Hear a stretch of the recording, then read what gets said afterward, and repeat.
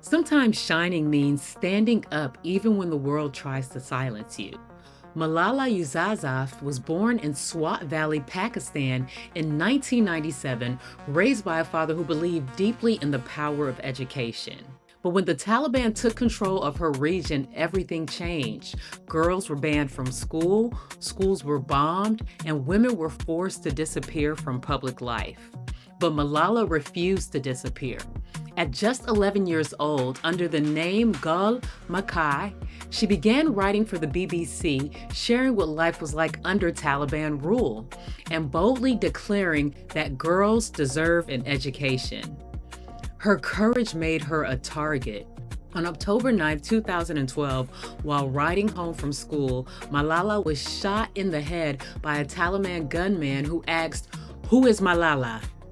They tried to silence her, but instead, the world heard her louder. After months of treatment and recovery in the UK, Malala chose not anger, but purpose. She stood before the United Nations and declared, "One child, one teacher, one book, and one pen can change the world."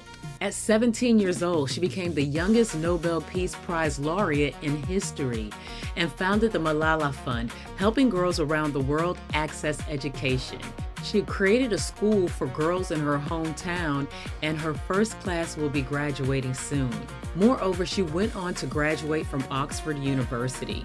She recently released a book, Finding My Way, a memoir, where she discusses the pressures she had to live up to as a celebrated activist at such a young age. If this story moved you, I invite you to stay connected with my Born to Shine series, where we celebrate leaders, artists, and visionaries whose lives illuminate purpose and courage.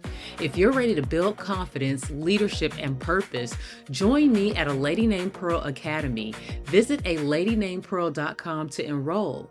You can also type the word shine in the comments or DM me with the word shine, and we will follow up with additional information.